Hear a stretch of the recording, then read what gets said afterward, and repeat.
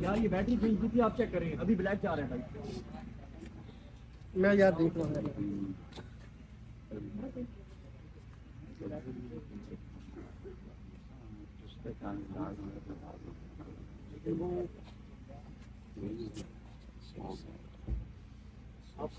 آپ یہاں پر پہنچے ہیں. سمیع رحیم صاحب رات سے یہاں پر موجود ہیں.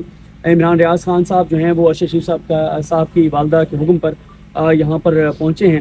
اور میں ہمارے یہاں پر میڈیا کے ظاہر دوست موجود تھے، لیکن وہ ہم خود نہیں ریکارڈ کرنا چاہتے تھے وہ مناظر جب عمران ریاض خان صاحب آئے اور ارشد شریف صاحب کی والدہ محترمہ سے ملے. تو ان کے جو جذبات تھے، ان کے جو الفاظ تھے وہ بہت تکلیف دہ تھے. جب انہوں نے کہا کہ بس یہی کرنا تھا کہ میرے بیٹے کو مجھ سے چھیننا تھا، چھین لیا، اب کم از کم میرے بیٹے کو کی تدفین تو اس کے شایان شان ہونے دو. اور انہوں نے عمران ریاض خان صاحب سے کہا کہ اب آپ لوگ ہی میرے بیٹے ہیں اور بس میرا ایک کام کر دو کہ میرے بیٹے کو اس کا جو شان تھی، جو اس کا مقام تھا، اس کے مطابق اس کی تدفین کروا دو. بڑے وہ تکلیف دہ مناظر تھے، بڑے دل دہلا دینے والے وہ مناظر تھے. عمران بھائی آپ یہاں پر آئے ارشد بھائی کی والدہ کے حکم پر، کیا جذبات ہیں آپ کے؟ کچھ بھی نہیں بول سکتے اب. تو پھر میری کی گزارش ہے، میں نے چیف جسٹس آف پاکستان سے پہلے بھی گزارش کی ہے کہ ہاتھ جوڑ کے آپ سے گزارش کر رہے ہیں صاحب. کبھی میں نے اپنے لیے ہاتھ نہیں جوڑے. جتنا ہمیں ذلیل کیا گیا، جو کچھ بھی کیا گیا، وہ سارے کو ایک طرف رکھ دیں صاحب. یہ چیف جسٹس آف پاکستان سے ہاتھ جوڑ کے اپیل ہے. میں نے آج تک کسی کے آگے ہاتھ نہیں جوڑے. وہ ایک ماں انتظار کر رہی ہے اپنے بیٹے کا. اس نے اپنا بیٹا، اپنا شوہر اس مٹی کو دیا ہے. ایک دن میں اس گھر سے 2 لاشیں اٹھی ہیں. وہ جو دفنانے والا تھا آج وہ بھی چھن گیا. اس کو اس کا بیٹا صرف لا دیں خدا کا واسطہ. یہ آپ کی ریاست کر سکتی ہے، یہ آپ کی حکومت کر سکتی ہے. وہ ایمبیسی آپ لوگوں کے کنٹرول میں ہے. یہ آپ ہمیں کر کے دیکھ سکتے ہیں. جو چاہیے اپنے آپ کو بیچ کر ہم دیں گے. جس چیز کی سہولت چاہیے، جتنا پیسہ چاہیے، ہم اپنا سب کچھ بیچ کر دیں گے. یہ ہاتھ جوڑ رہے ہیں آپ کے آگے خدا کا واسطہ. ان کے بیٹے کی لاش ان کو دیتے ہیں پر چلے. وہ ماں ایک ہی بات کہہ رہی ہے کہ میرے بیٹے کو عزت کے ساتھ دفن کرو، اور یہ تم لوگوں کی ذمہ داری ہے. ہم یہیں کھڑے رہیں گے، ہاتھ جوڑ کے اپیل کر رہے ہیں. اللہ کا واسطہ ہے کہ اس کے بیٹے کی لاش لانے میں ہماری مدد کریں. اور یہ چیف جسٹس آف پاکستان آپ سے ہے. اسٹیبلشمنٹ کے اوپر ہمیں کوئی، ان کے سینے کے اندر جو ہے وہ دل نہیں ہے، پتھر ہے ان کے سینے میں. نہ ہمیں اسٹیبلشمنٹ سے کوئی امید ہے، نہ اس گورنمنٹ سے کوئی امید ہے. ابھی تک سو رہے ہیں. یہ سورج اوپر آ گیا. نہ یہ رات ختم ہو رہی تھی، نہ سفر ختم ہو رہا تھا. میں جیسے اسلام آباد پہنچا ہوں لاہور سے، میں نے اتنا برا سفر کبھی نہیں کیا. مجھے بار بار ایسے لگتا تھا میں ابھی اٹھ جاؤں گا، سو رہا ہوں اور یہ سارا ایک خواب ہوگا. لیکن بدقسمتی سے ہم یہ دن دیکھ رہے ہیں. ہم اس دن کا حساب لیں گے لیکن بعد میں. ابھی گزارش صرف اتنا ہے کہ ہمارے بھائی کی جو لاش ہے اس کو واپس لانے کے لیے ہماری مدد کریں.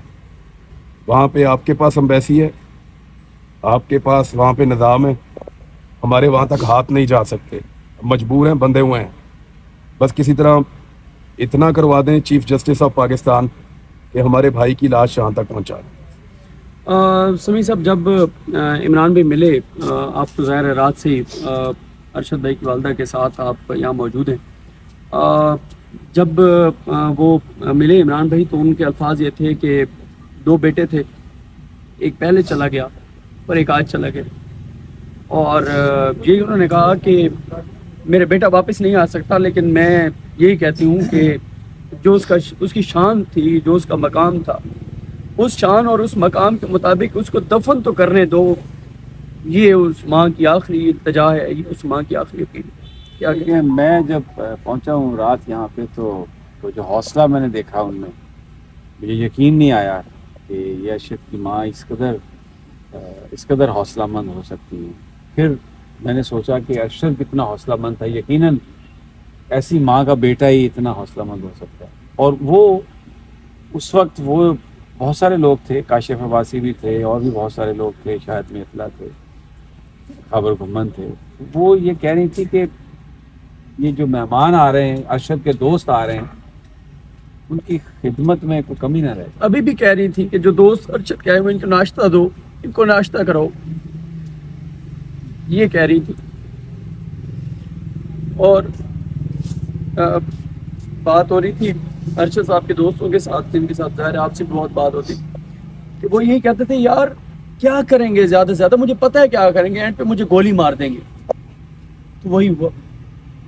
ادھر ایک دن یہ پارلیمنٹ ہاؤس میں وہ سینٹ کی کوئی کمیٹی ہے، جب لوگوں کو کوئی مارتا ہے تو وہ لوگ بیٹھتے ہیں اور بیٹھ کے کوئی وہ بات چیت کرتے ہیں. ان کی کمیٹی بنی ہوئی ہے داخلہ کی. پھر ایک انفارمیشن کی ہے، انہوں نے کوئی ہمیں 2-3 دفعہ بلایا.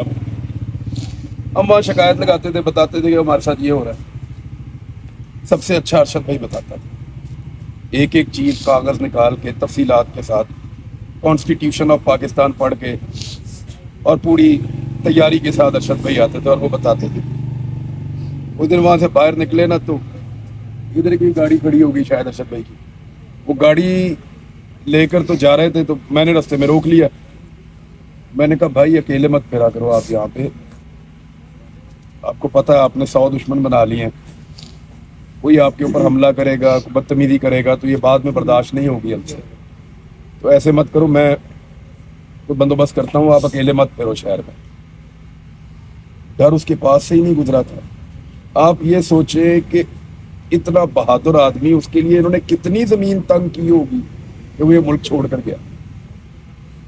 کتنا وہ پاکستان سے پیار کرتا تھا. یعنی میں نے اس سے اگر حب الوطنی سیکھنی ہے نا تو ارشد شریف سے سیکھنی ہے.